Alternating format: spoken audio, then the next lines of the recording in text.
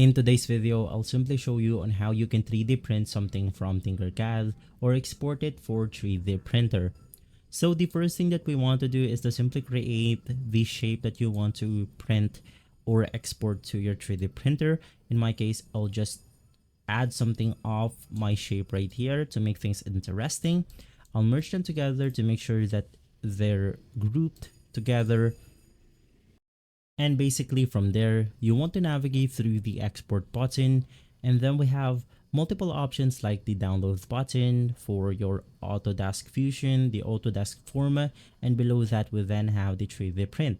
We also have laser cutting options right here if you want to. We have a separate category like the 3D printer. If you want to simply export it directly to your printer, we have MakerBot, Polar Cloud, Treat Stock, and more. You can just look for your specific printer, and from there you will be able to export it right away.